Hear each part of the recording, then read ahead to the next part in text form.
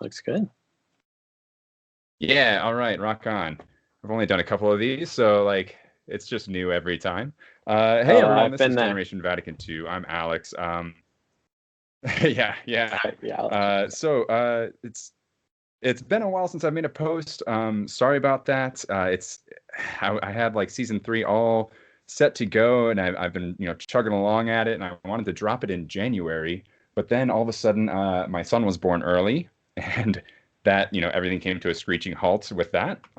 So I'm trying to get it. I'm trying to slog through while the kid is asleep. It's obviously very slow. But I'm thinking I might do I think I'm going to drop half of it in March, and hopefully I can finish the other half before that ends. Because it's actually going to be as long as seasons 1 and 2 combined, and that's just because the document we're going through, Lumen Gentium, it's got like a bajillion and a half citations, and I'm trying to do a good job going through those and like, hey, what's being written about here, man, and figure out what's going on, because we always want to go through our citations and verify what's being claimed. But so for today, we're joined by Austin Suggs from Gospel Simplicity. Austin, I got a quick bio here from him. After working full-time at a large non-denominational church, Austin Suggs fell in love with teaching, and this drove him to attend Moody Bible Institute, where he is currently a theology major. This love for teaching also led to the start of his YouTube channel, Gospel Simplicity, where he has conversations about biblical and theological topics with people from across the spectrum of Christian traditions. His channel is known for its ecumenical outlook and the diversity of views represented. Gospel Simplicity is centered around the conviction that the gospel is really good news, and the goal is that through interviews, church tours, Bible studies, and more, people would encounter the beautiful simplicity and transformative power of the gospel. Austin, welcome. Good to have you. Thanks so much for having me, Alex. It's a pleasure to be here. Yeah, hey man, thanks for joining us.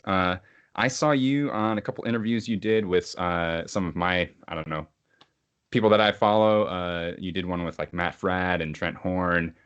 Great dudes, all who really know what they're talking about, and that's how I got exposed to you. Kind of like, sounds like a lot of people got exposed to you that way, right?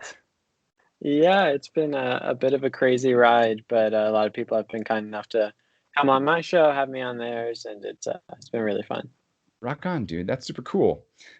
So quick, let's talk about Moody Bible Institute. This is in Chicago, Illinois, right? Yeah. And so it is on their website.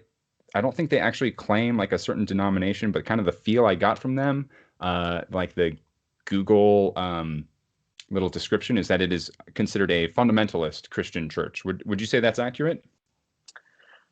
Um, yeah, I suppose the term fundamentalist, I think, is one that fewer and fewer people are liking to claim. Hmm. Um, but I think they would definitely. I don't think it'd be inaccurate in a lot of ways. It isn't related with a specific denomination intentionally, um, but it's broadly evangelical. We'll have professors from Anglican, Baptist, various traditions, but they all do have to sign a statement of faith, which is marked by like a really high view of scripture and other things like that. Uh-huh. Gotcha.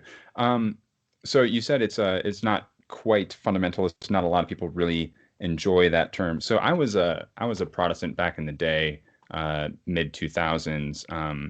And that was when like fundamentalist was like a really good term. A lot of people liked it and used it a lot. Uh, since my reversion to Catholicism, it seems like you're saying that that's kind of falling out of favor. Is that true? That term? At least in my experience, there's probably sociologists that could give a much better recounting of the history of the term, but I don't know a lot of people here that would love that term. I think for a lot of people, it has the idea of like maybe like be over the head with the Bible and not think at all kind of term. Not that I'm saying you're using it in that way, but I think that's maybe shades that it's taken on, and I think that's what people try to distance themselves from. Although there would definitely Uh-huh. be people here that might resonate with that more. Gotcha. So what is it that attracted you to Moody in particular? Yeah. So, unlike a lot of the people that go here, I didn't have any connection to Moody. I'm not from the Midwest. Grew up in Maryland, and I heard about Moody while I was actually working at that church, and I started taking online classes. And I saw Moody had online classes. They looked like good classes on the Bible. I was like, hey, I'll check these out, and started taking those and enjoyed those. But I'd say there was a couple of things that were big draws. One is Moody's.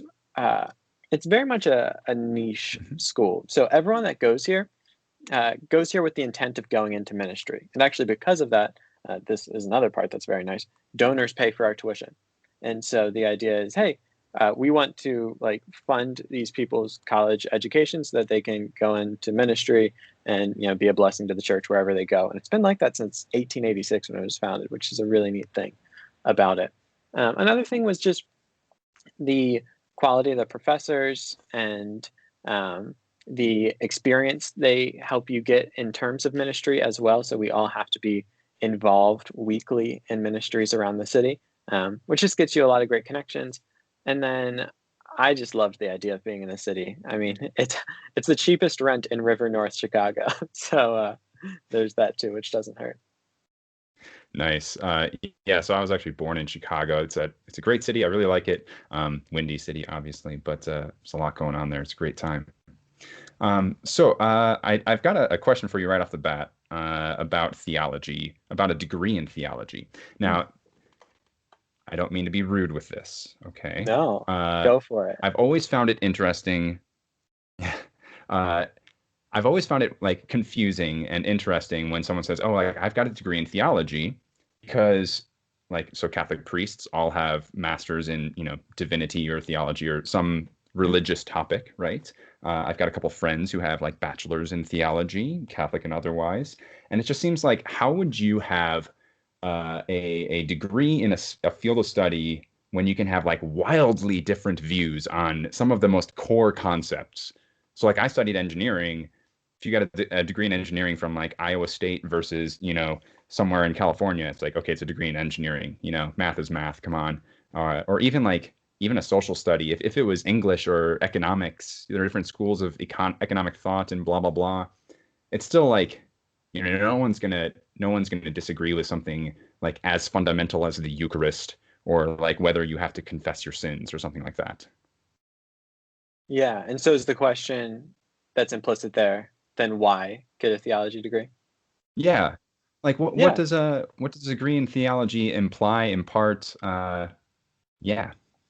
Yeah, so I suppose there's different ways to look at it. I mean, I think everyone, whether they're using these terms or not, when they're signing up for a college program, they're thinking about ROI. Like, what's the return on investment going to be? They're going to put in X number of years and X. They're going to put time and money into this with the hope of some type of favorable outcome in the end. And so, while it is definitely an interesting thing in that it's not like a degree in theology is going to get you, any job in theology. I think you could look at it from one perspective of you are still kind of doing the same thing. So even if you're getting a degree in, say, Catholic theology, the rebuttal, sounds like, but then there's all these places that wouldn't hire you because they have different views on this. Like it's a very specific thing. But at the same time, the person getting a degree in Catholic theology probably they're not looking to be hired by some evangelicals or some Pentecostals or something. Like they're trying to get to a certain place and they see that degree as a vehicle of getting there. And so in that way, I'd say it's similar to a lot of things. I'd also say if anyone is listening to this and considering, getting a degree in theology strictly because of their potential job prospects, I don't think I could recommend that to them, but more power to them. And I think a lot of people, at least like here at Moody, who decide to study theology, well, almost everyone who decides to study theology at Moody wants to do grad school afterwards, and so it kind of is just like a stepping stone on the way there. But most of them want to get into ministry or academics and see this as a step on the way there. A step on the way there. Yeah. Okay. So do you consider like being because you want to be a pastor, right? Mm-hmm. So do you consider like, hey, you're in school to get a degree so that you can be hired and have that as a job? Do you consider being a pastor a job? Yeah, I think that's a very fair question. I'd say yes and no. I mean, in a certain respect, I'd say it is more than a job, but not less than a job. So It Hmm. is, I wouldn't recommend anyone going into, being a pastor because, I don't know, they've got this set of skills and it seems about as good as anything else. Some advice that was given to me by mentors of mine when I was thinking about this was, hey, don't go into ministry unless you can't see yourself doing anything else. And what they didn't mean by that was, hey, like this is your last resort, you're not able to do anything else. But in fact, the opposite. Like if you think you would be satisfied doing any other thing, like go do that thing because ministry is going to ask everything of you. But if you know, like, this is what I am passionate about and man, like I'll work 3 jobs to make this happen, then okay, go into it. But only if you have that kind of passion for it. So I would say in that sense, it is something that is going to require more of you than just a 9 to 5. But, Lord willing, it would be something that would be able to, provide for my family and such as well. Uh-huh. So, okay, thank you. I asked this because like I've got a couple buddies that are Protestant pastors, and it's very much like I like how you put it, more than a job, but not less than, 'cause there's a weird juxtaposition there because they don't exactly view it as like a job per se, and like just a means to feed their family. However, could you compare or contrast that with the Catholic priest who it's like emphatically it is not a job. It is actually a vocation. It is to be seen like a marriage. In fact, it is objectively better than a marriage, but on that same spectrum of like a marital aspect. Is there any sort of understanding of being a pastor like that then? Yeah, I think there's definitely overlaps in that people will talk about it in Protestant terms, and this might be kind of loose terminology. I don't know if I love it, but people will say, it's more than a job, it's a calling.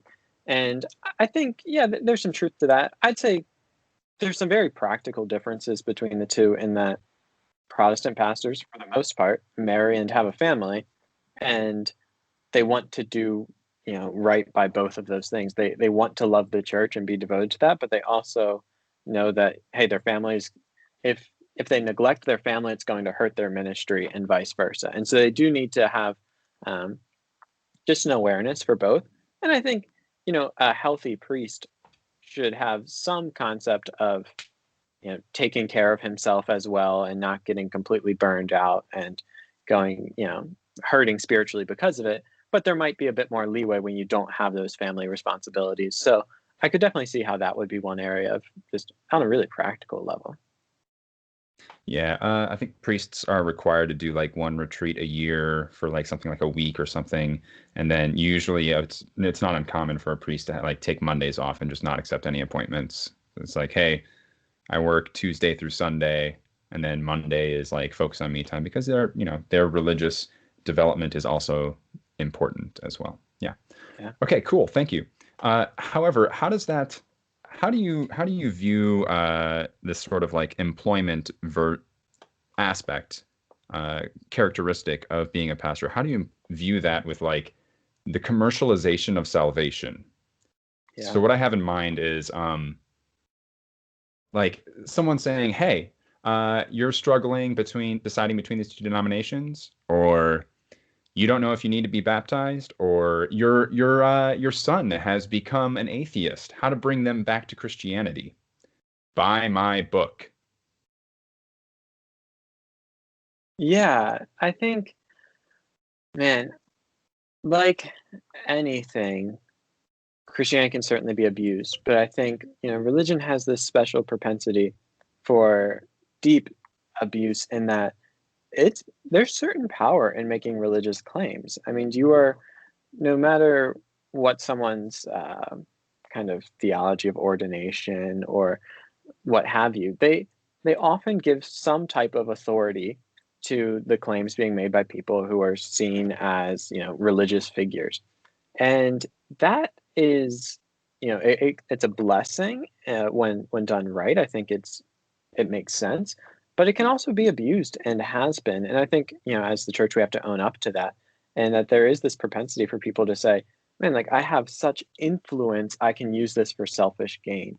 Um, and so I think it's a constant thing to be guarded against, and I think it happens in all spheres. And doing interviews like you, had people comment on things that they get frustrated when someone's, on my channel and they're answering questions and they say, well, the short answer is go buy my book and you'll find out more. But I think it's also Yeah. fair that, these people they're trying to make a living and they're putting a lot of work in, and there is a value to that work. And like they, we want to pay for services that take effort and whatnot, while not making that the primary motivation. So it's definitely difficult. I mean, Paul talks about, I don't have the reference offhand, but providing for, the pastors, and he says, his way of doing it is he doesn't take any money, but he's like, there is a right that these people should be able to make money from what they're doing. And so I think it's not wrong that people could lump these things together and make a living, like, whether you're a Catholic priest or a Protestant pastor, there's just expenses to living in the modern world. But I don't think we should ever be driving allow, finance to be the motivating factor for our religious pursuits. One, I don't think it'll work very well in the vast majority of cases, but more importantly, it's just a really dangerous path to walk down. So, okay, so I while sympathetic to the idea that yes, there are expenses in the world, and people need to pay to put bacon on the table, absolutely. Something just strikes me as off conceptually when you say like, hey, if like this thing is the one thing that might convert someone to Christianity, someone might then become a believer in Jesus Christ, but like they got to spend $20 to get it. Something just seems like it should be, every theological work should be available in some form for free. And it might be like, hey, if you want the nice leather-bound book, yeah, you're going to pay a premium. But especially in today's day and age, like the book is also available as a PDF that you can download from free. Yeah, I can see that case, and I think in an ideal world it would be great, and I think we should be thinking about how we can make resources accessible. But I guess something I would say is, so, I mean, again, what I wouldn't advocate for is, we're going to start like charging people to come in for church services, or we're trying to gatekeep all the, beautiful truths of the gospel. But knowing people who are authors and theologians and writers, they're spending tons and tons of time into producing these works. If they make them all free, they don't eat. And so if their work require, and say they're some people are doing this as like a side thing or a hobby, and that's great. But if someone, like, got books behind my laptop here, these people who are doing research projects for like a year and a half, if the book is going to provide the income that justifies the time for the research, if you take that away, I'm just not sure how those people could end up furthering the publications and getting those resources out to anybody, if it's not viable. Well, I mean, I could think of two ways right off the bat. They could have a donation sphere, or like people who just like, hey, here's the general fund for these people. Those pastors could be just living off of the donations from their congregation instead of charging for a book. And I mean, they could get a different job, and then the year and a half research project might turn into a 5-year research project. But hey, you know what? That just means the pace slows down. That doesn't mean that the book won't get published. Yeah, and I think those are definitely options, and it could be that way. But I think people could say, again, it's going to be a cost benefit analysis here, right? So say, the original question was like, hey, this book has like the truths that is going to lead someone to salvation. Would it be better if he could write, say, 3 of those per year and get them out to, exponentially more people, or wait 5 years and fewer people get it, but it's made available more free? And I mean, they're complex issues. But I don't know. I think if you can do it on donations, that's great. but I wouldn't say it's the only way. I mean, it's a, I mean, yeah, it gets into a lot of questions of economics that would really be beyond my, I'd be speaking way out of any type of expertise. But I would just say, yeah, I No mean, problem. That's okay. there's going to be a lot of costs involved in it. But yeah, to the extent that we can make things for free, I think that's great. Cool. Yeah, thank you. Yeah, this is just something I've been thinking about lately, and it's like, I don't have any answers for this. It just seems like it's conceptually there's a problem there. Anyway, last question I had regarding this kind of topic. Where are all the unmarried Protestant pastors? Yeah, So that's like, Eric Metaxas, when he writes about Dietrich Bonhoeffer, right? mhm. This Lutheran confessional pastor from the 50s and 60s. Like this guy had it was a boon. It was a blessing. People looked for him because he had what is it called, the blessing of Saint Paul, where like he's not married, and that was seen as a good thing.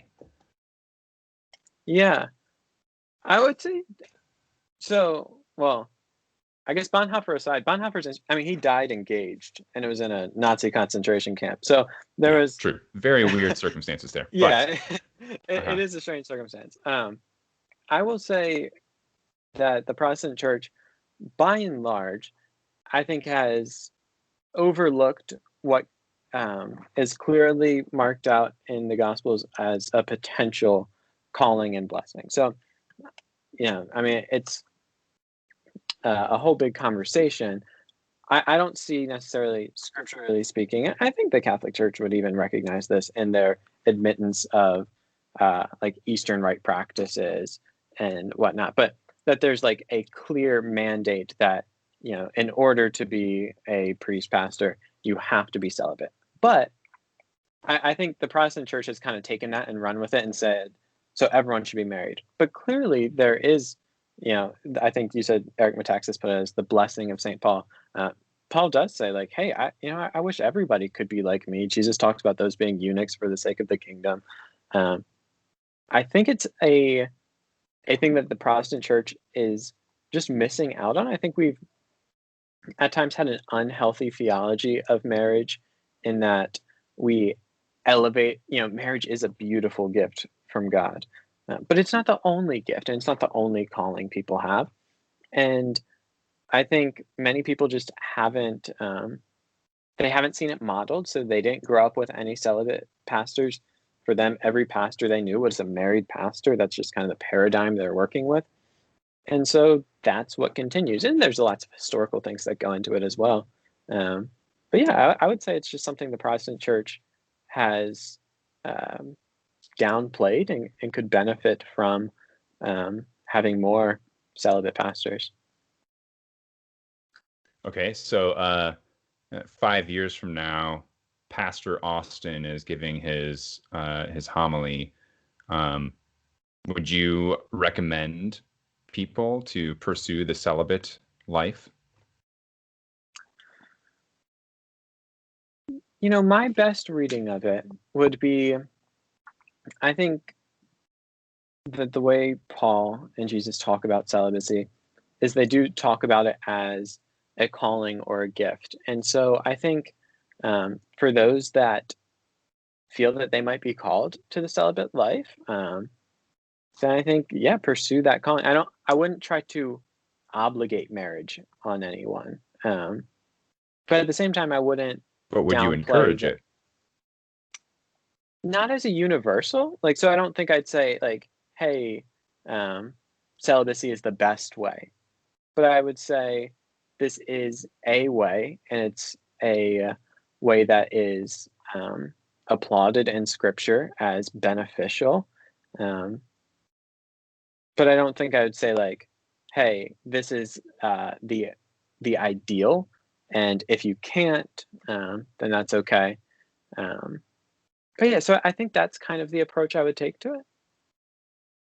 Okay. So I ask this question because so December 7th, 2020, you released a video, What Do I Believe? Q&A. And in there, Okay. one of the things you talked about was you said, I'm going to try and get this as close to a quote as possible, that regarding Mary, the Catholic doctrine of Mary's perpetual virginity, you said, it doesn't seem like there's much importance on that. I think you said there's not a lot riding on the Mary's perpetual virginity, which then just made me think for a second. I was like, what is a Protestant theology of virginity, if you will? Is there such a thing? Is that really cared about, or is it just sort of like, hey man, like, you know, there are married couples and there are single couples, and single couples are supposed to be virgins. Like, what's the deal there, and sort of a what you would think, or what's taught at Moody, or yeah. Yeah, I think it would probably be, as far as what I think what's taught Moody, would probably be similar to what I said, in that, so the theology of virginity, or celibacy in general, that it's, yeah, that's a calling, and a gift for some people, and well, it's certainly a calling to all people outside of marriage, would be probably the first thing and the most commonly said thing about virginity in Protestant circles, that it's that marriage is reserved, or sorry, that sex is reserved for marriage, and so outside of that, there is a universal call to virginity. Um, but I don't think that the Protestant Church, generally speaking, today has necessarily a thought of, and this probably stems from a lack of maybe an ascetic view in the Protestant tradition, that we don't necessarily often talk about like virginity as this higher discipline that you should strive for. And so that's interesting that you make that connection with the perpetual virginity of Mary, because I remember making that comment.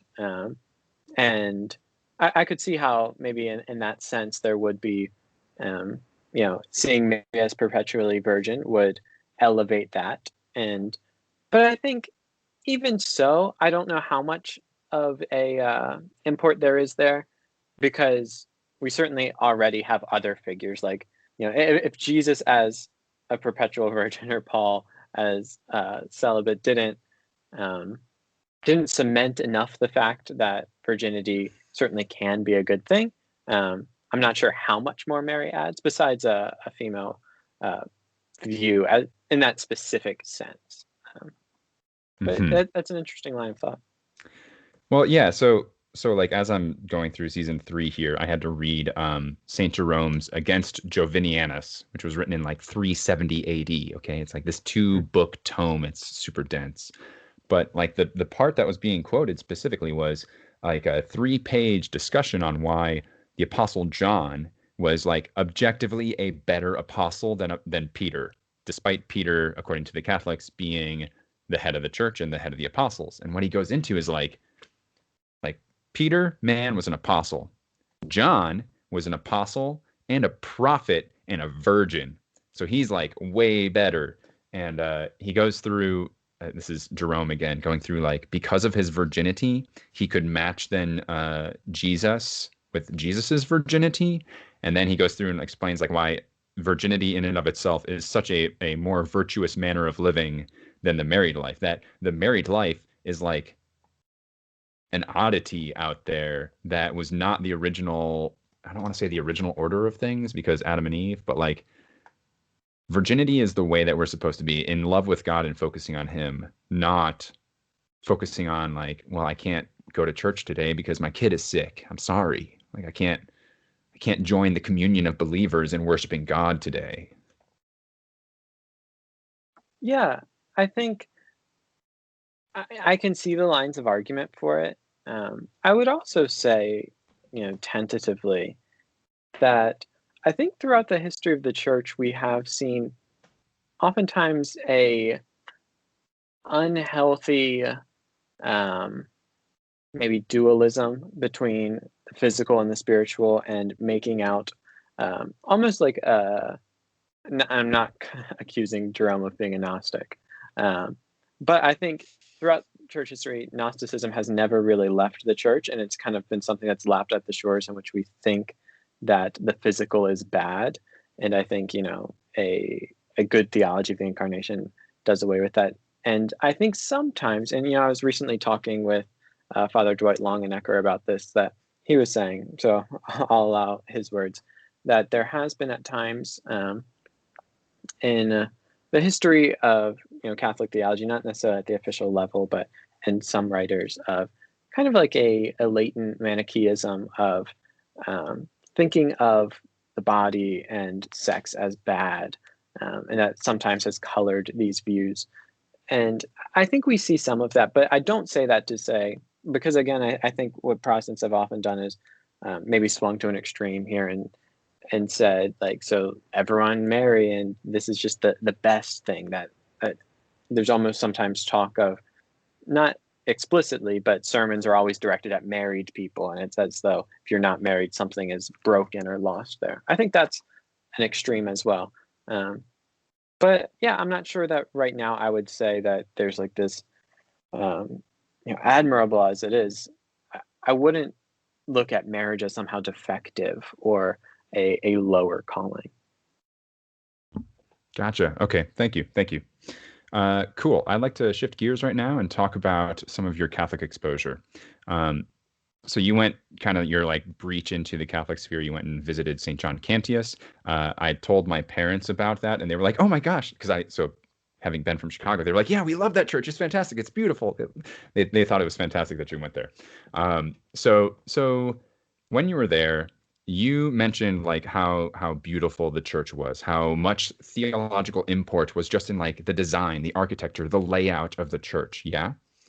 So I'd like you to comment on like the beauty as a transcendental, beauty, truth, goodness. So what do you see about beauty in the Christianity, in your Christianity, your practice thereof, and so forth? Wow, that's a great question. And just shout out to you Understanding for all that the this is an hour long. yeah, you really did your research too. I appreciate that. Wow, beauty as a transcendental.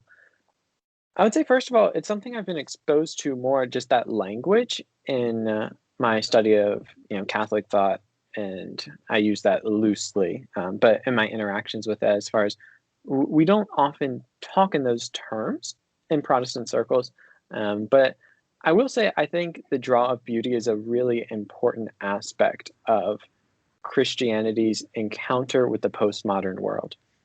I was having a conversation about this the other day. We were talking about apologetics, and I think there is certainly a role for the life of the mind, a robust life of the mind for sure, and having good arguments. But I think beauty often gets to people. I think we like to think we're more rational than we are. I think we like to imagine ourselves as brains on a stick that think in syllogisms and only do the most rational thing every time. But I think there is this element of beauty that the modern world overlooked, kind of post-Enlightenment. And I think going into the postmodern world, as people kind of react to that, like we did in the 17th, 18th centuries when we had rationalism and then romanticism, I think there will be a bit of an appeal of beauty in the postmodern world, that where people are lacking meaning. And so, yeah, that's the first thing that comes to mind when you bring that up. Do you consider yourself a postmodernist? I would not consider myself a postmodernist by belief, but I think we're all swimming in a postmodern culture. So I think I wouldn't say that, I would adhere to the tenets, which is almost an oxymoronic thing for postmodernism. But I think we're all subconsciously catechized by our culture in more ways than we often think. And so I'd say it's a bit like a fish asking if the water's wet.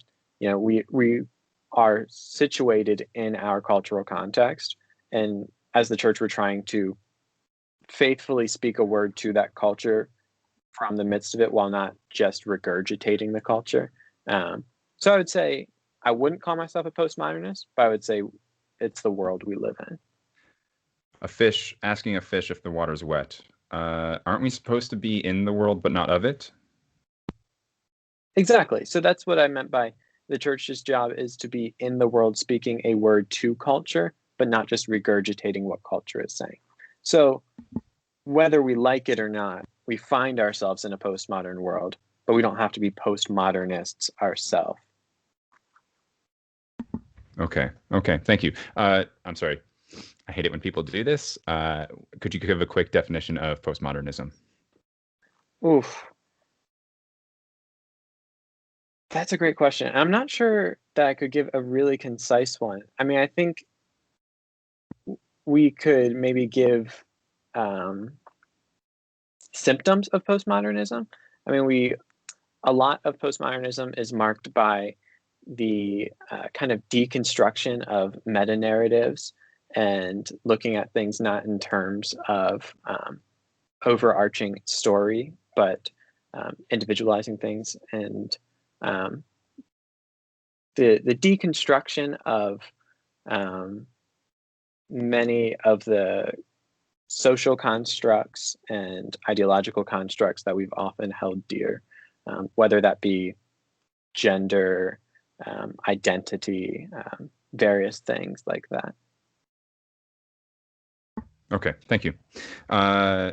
The way I had always understood postmodernism, you have to look at modernism first. So this stinks because words are messy. There are modern times, which is like today, but that is not what is meant by modernism. Modernism started off in like the 1500s, and that was when we were like, hey, turns out like hierarchies suck. We don't like them. And then that like reigned supreme for like until 1950. And then there was postmodernism where they're just like, you know what? Structures in and of themselves suck. So let's go even further on this. And that's why it wasn't just like, the Enlightenment philosophy and then the modernist philosophy and, the minimalist philosophy. It was modernism and then postmodernism. It retained that bit of name because they were just like going further through the ideology of modernity.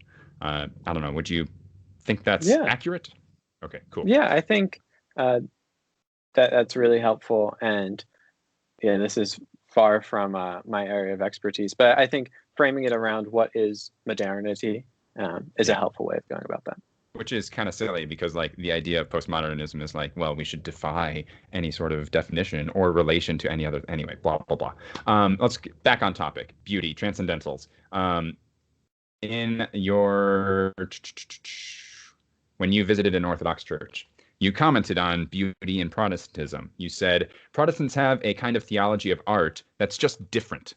It's in these beautiful movies projected on the screen. So I wanted to talk about that a little bit. Yes, I have seen some truly beautiful movies, and I would not discount film or motion picture as a form of art when you say like compared to more traditional forms like Michelangelo, sculptures or paintings or whatever. So do you think that you see beauty as a transcendental in these motion pictures that are projected onto a screen? I think there could be. I think oftentimes we're looking at cheaper representations of art in a lot of Protestant mega church settings. But I think what I was getting at in that comment was that it's not that, because oftentimes we'll often pit like iconography and religious art versus like Protestants don't have art. Well, they're attempting to use means of art that are just perhaps more modern, but they are looking at it a little differently. And so I would say there is less of a sense in Protestant circles, or at least a self-consciousness of beauty as a transcendental. But I think if we accept that premise that beauty is a transcendental and that we can find objective beauty, I don't think that it would be limited to only certain, that at least church art would be limited to, say, sculpture, painting, iconography, etc. I don't see why it couldn't be in film. If we do, I agree with you. I don't think we should. But do you see those films being used as a transcendental? Or do you think they're just like, hey, we're going to put something up there because it makes people feel good, maybe sort of like gets that religious fervor going? I don't know. What do you think? I also have kind of a cynical view, so I apologize for that. No worries. I think for the most part, it's the idea of how do we create a atmosphere that's going to be conducive to people having, I don't saying just an emotional experience, I think is a bit cynical, because I think that it can be more than that. But I'll use an example. There's a church here in the city, non-denominational megachurch style thing called Soul City Church. And just on Ash Wednesday, they set up this beautiful setting of various forms of art that were doing the Stations of the Cross. And so some were like paintings, but I believe they had different media represented. And so I would say in something like that, that's more of a high art than just like a performance background. I'm not going to say the motion graphics on said mega church's LCD wall in the back is an example of objective beauty, but I think it's possible. Say more about the difference between objective beauty and high art. Oh man, this is a fascinating discussion. Objective beauty and high art. Here, if I could provide a bit of guidance then. So how do you see that present in the Protestant denominations, in your experience? Because I mean, in Catholicism, I think it's pretty apparent. You walk in, there's architecture, there's what's on the floor in the icons, regardless what your thoughts are on icons, the paintings, the music. Hey, nice. Yeah, so like in regards to a Protestant centered area, what do you think about beauty as an objective thing? Yeah, so I think it's certainly, I mean, the nature of Protestantism is that it's going to be so varied. And so from where I sit, when I see, pictures of like Zwingli's churches or some of what some of the iconoclasts were doing during the Reformation and, Scotland, say, when they were just tearing down stained glass, like, I think that's a crime. Like, it's such a loss, because I do think there is objective beauty in there. And I think it was used for an edifying purpose as well. And so I would say, as a Protestant, we have to own that there is this iconoclastic stream throughout Protestantism that has often looked down on art, especially in religious settings. But I think there are Protestants that are trying to regain that. And so what would that look like? I would point again to like something like that Ash Wednesday setup that they were having the other week at Soul City Church. I would say I think there's been some beautiful Protestant hymns and pieces of music throughout time. Even today, it's often done poorly, but I think there's some beautiful examples of like spoken word poetry that's pretty popular within Protestant circles that I think some people have used to great effect. So different literature, which I think could have beauty there as well. I would say some of those things.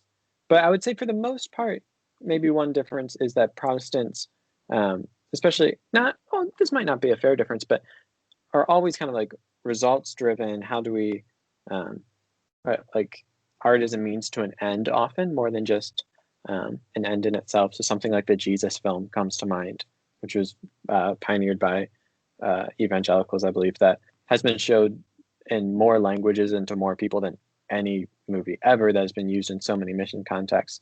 There's something beautiful about that, but I wouldn't say I would say like the purpose there is beautiful versus, art for art's sake. Cool. Rock on. Thanks, man. I appreciate it. Okay.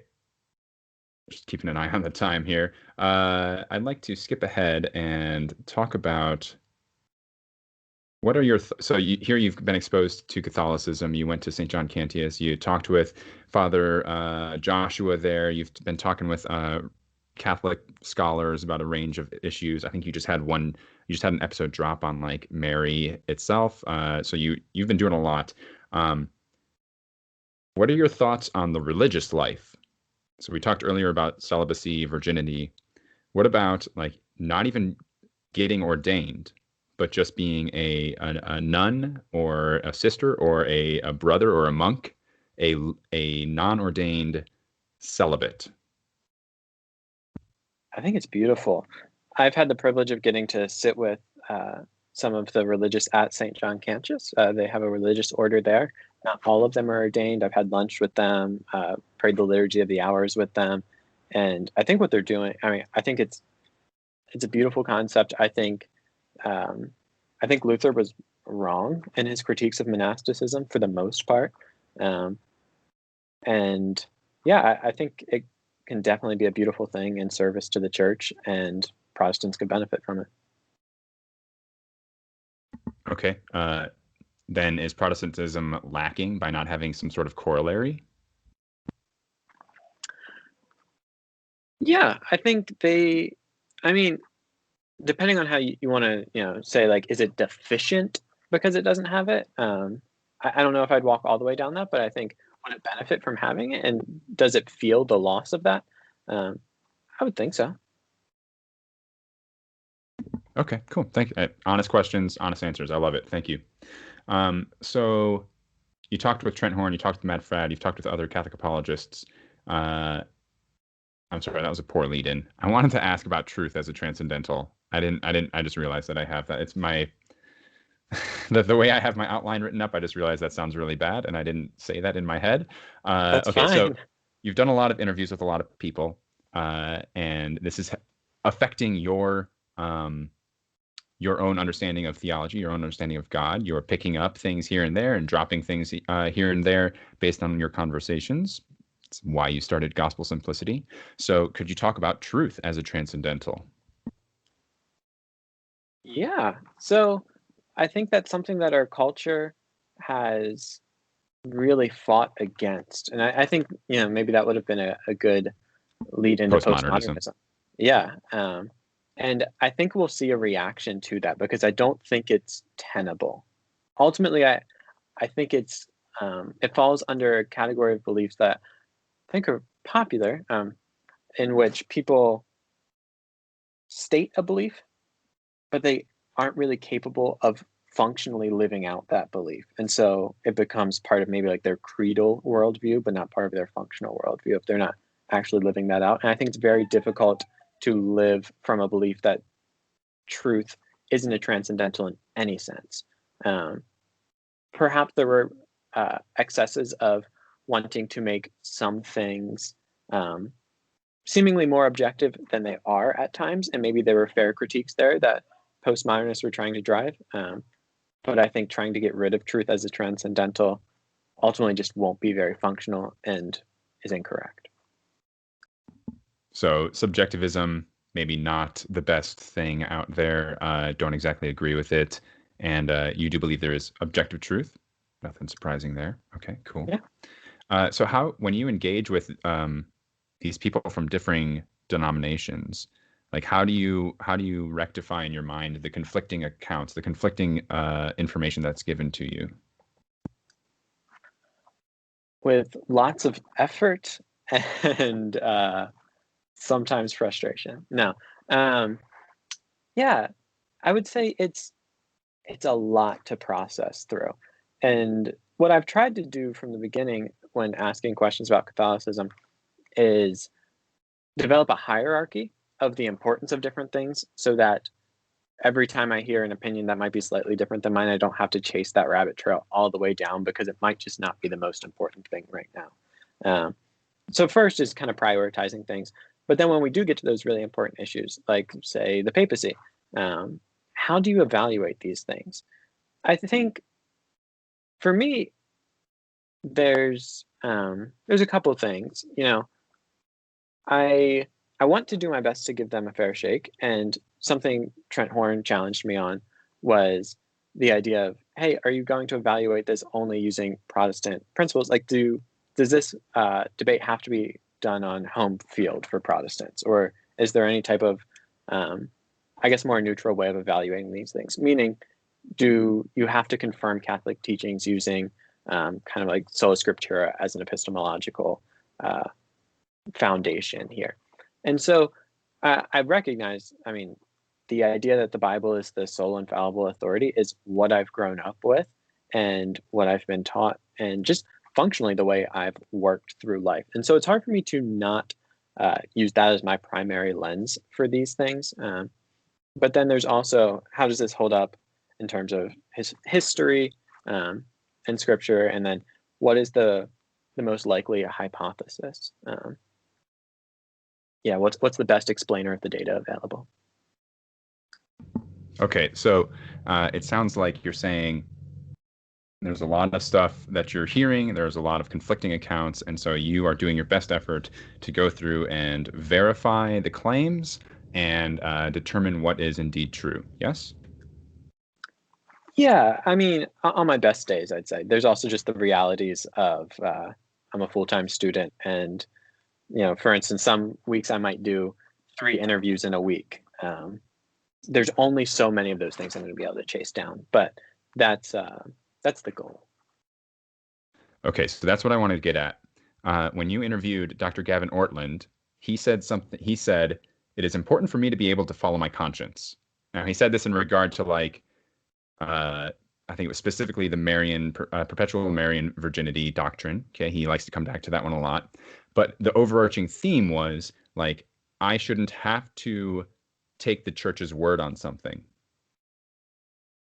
What I would propose to you instead is yes, Christianity is an experienced religion. It is not something that you just learn about and decide to believe in. You have to actually experience it. And so to that extent, yes, you have to be able to subjectively verify something. You have to, I don't mean to say subjectively, you have to actually verify it yourself, right? However, you're a full-time theology student and you're struggling with this. How is Joe Schmo, Alex Clark supposed to chase down all that's been written about mortal and venial sins? Come on. At a certain point, what I propose to you is I have to submit to the authority of something else. Call it a church. Yes. So I would say that it certainly is unrealistic for someone to be able to go point by, say they take their copy of the catechism and they're going to go section by section and say, is this true? Is this not? And that's where I would go with kind of the hierarchy. That's actually what I did when I reverted to the Catholic Church. I was like, all right, I think I need to be Catholic again. And I sat down with the catechism and I was like, what's a Catholic thing? The deuterocanonical texts, mortal and venial sins, Mary, what's all this? And I just flipped through and was like, okay, not pulling any punches, man. Oh, that was actually really good. Okay, next one. All right, yeah, please. Sorry. No, that's again, impressive. but I've got a full-time job. I've got a family, I've got a dog and a mortgage. I can't sit here like a full-time. Does everyone need to be pursuing a 4-year or 8-year degree in theology to know what to believe in Christianity? Or to a certain extent, man, you got to submit to someone else and just you know what? You got it. You got the truth. Whatever you say, dude, my default position is you're right. I'm not sure I would say it's necessary. I guess it depends on how exactly you flesh out the ladder. But I'm not sure that it's quite an either or, that either you chase down every single thing or you say, here's one authority that I'm going to go with. There might be a bit more between there, but I would say that's part of the reason why I've tried to come up with a hierarchy of the importance. And, I think I said this on the very first Catholic podcast I was on, was as a Protestant, to me, if you're investigating Catholicism, the thing is the papacy true? And is the magisterium true? Put those together, I guess. If you get that, you have, I think, the epistemic confidence to say the other things are true. Now, there's different ways you could approach that, but I think it would take some real cognitive dissonance to say, yes, the papacy in its full Vatican I definition is true, but I'm not going to accept the other things. That just doesn't seem to work together for me. So I think that is where you focus your time. But even that, someone could say, look, I could spend my whole life researching this. and ultimately scholars are going to disagree. And I was talking with a friend about this yesterday. Who's investigating these things. There's something profoundly unnatural about this. I think that when we look throughout history, it's not marked by people sitting down and saying like, let me take a look at all the religious claims being made. But for the most, like, you were born in the church, you were baptized in the church, you grew up in the church, and like that is what you knew, and that is how it went. And so I think trying to do all this investigation is a lot of work, and it's difficult. And you're never necessarily going to get like exhaustive answers, but I think you get in whatever way you're capable of saying, hey, this seems to be the most plausible explanation. Okay, last thing on this subject. A syllogism, if you will. You are not called to follow your conscience. You are called to follow Jesus. The body of Christ is the church. Ergo, you are called to follow the church. You're not. So let me just make sure I have that right. You're not called to follow your conscience. You're called to follow Jesus. So that's premise one. You're not called to follow your conscience. Premise two, you're called to follow Jesus. Or were you putting those together? So I was saying, like, I guess the syllogism starts with you are called to follow Jesus Christ. Okay. This is countering you are not called to follow your conscience, because as I said earlier, you're not called to follow conscience, but Christianity is an experienced religion, and I don't think those two are the same thing and shouldn't be conflated. So you're not called to follow your conscience. Instead, my supposition instead is you are called to follow Jesus. Since the body of Christ is the church, therefore you are called to follow the church. So that's why you should follow the church, not your conscience. Interesting.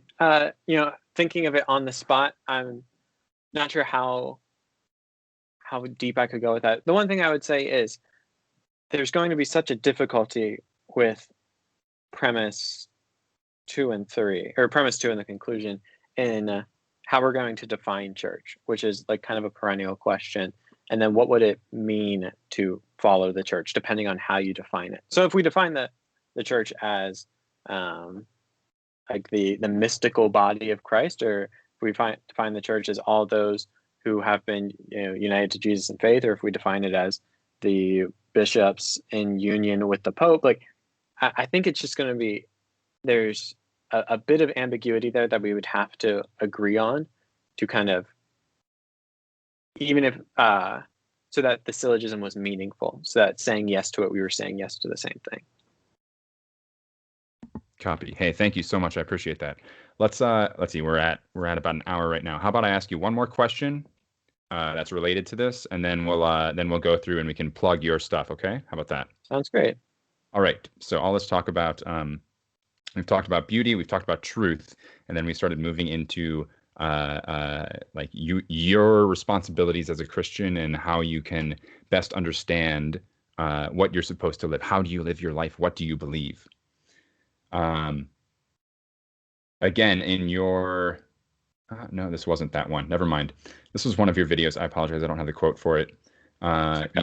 Regarding schism, you said something about you wanted to put a premium on unity. So I wanted to ask you, what would constitute schism or schism? Dr. Ortlund says that it can happen, but he never really specifies how. And now, when I watched it, I kind of got the feeling he was trying to like not, or he was trying to still maintain like that other Protestant denominations are legitimate when he was kind of evading that question. So to you, what would constitute schism and how does that happen? Interesting. Yeah, this was in the conversation with Dr. Ortlund and Joe Heschmeyer. And this was something that Joe Heschmeyer brought up, in that we're called to we're called, schism is a sin, and the difference between schism and heresy is what he was asking. Is there a difference? And it wasn't on the outline. I got the impression, Dr. Ortlund was thinking through it in real time. I would, not knowing exactly like having done like contextual study on what Paul is talking about when he's talking about schism there, because I guess implicit in the question is like, what did schism mean to Paul? And was he thinking of this visible church united around bishops? And did schism thus mean breaking away from that visible church? That would be a question to answer ahead of time so that we could know what is being defined there. But what is schism? On one level, I think we could all agree that schism there's like a schismatic attitude that is driven by pride to break away from others, causing division, divisiveness. But then the question is there a more formal sense of schism and breaking away from the church, which is singular, one, Holy Catholic Apostolic? And so what would constitute that? I think the short answer would be, so it would definitely be the divisive attitude on the one hand. But then if we're going to take the next step, it would be breaking away from the true church, which Calvin and Luther all would have agreed with, but they would have said they weren't doing. So they would have said they're still part of that one Holy Catholic and Apostolic Church, that outside that church, there's even no salvation. Calvin would say in Book 4 of the Institutes, and if you don't have the church as mother, you can't have God as father. So I suppose it would be constituted by breaking away from the true church. Now, again, how do we define that, though, is what becomes kind of tricky. I'm sorry, could you say that last part again? What was tricky? So I said, schism is breaking away from the one true church. Mm-hmm. Which begs the question, what is the one true church? What is the one true church? Okay. And that's what I was saying is where it gets tricky. Because I think for so many, especially those outside the Protestant tradition, it just doesn't seem to make sense how someone like Calvin could say that, he's not committing schism. Like, isn't that what happened? Didn't the Protestants break from the Catholic Church? But they're kind of working with a little bit different definitions of what constitutes the church. And so that's where I think sometimes this gets talked past each other a bit. Gotcha. And that's all like what my season 3 is all about. So I'm just sitting here like, man, we're at the end of our time. I'm so sorry. Cool. Hey, Austin, thank you so much for this. I really appreciate it, man. You've been wonderful. Thank you for talking with me and letting me kind of push back to help you to get you to flush out what we're really talking about here. Whenever I hear interviews and someone says, oh, well, that's kind of a deep thought and blah, blah, blah. Okay, let's move on. It's like, no, like, let's take the time, like go through it. Okay. So thank you so much. There's so much more I wanted to talk with you about. I mean, you saw the outline. I had done a lot of stuff and I was just like, I want to talk with them about all these things. In the meantime, though, hey, where can people find you? We've got your YouTube channel, Gospel Simplicity. We've got your Instagram handle at Austin Suggs. Are you on any other social media accounts? How can people get in touch with you? Yeah. Well, first of all, Alex, thanks so much for having me on. You're a great interviewer. You really put in the work, and I love your approach to it. You come in swinging, and you asked me lots of questions that no one else has asked me. So this was really fun and really forced me to articulate things on the spot, which was really good and fun for me. So keep up the great work. Love what you're doing. Thanks for having me on. Rock on. Thanks, man. Yeah, but as far as where people can find me, I'm on YouTube, Gospel Simplicity. You can find me on Instagram at austin.suggs or Gospel Simplicity. I just made a Clubhouse account, got an invite for that yesterday, so I guess people can find me on Clubhouse at Austin Suggs. I'm on Twitter at Gospel Simplicity, but YouTube's probably the best place for people to go. I also have a podcast under Gospel Simplicity, but YouTube's where the most stuff is. Great. Hey, thank you so much, man. I really appreciate it. And everyone else, I'll see you next time. See you later.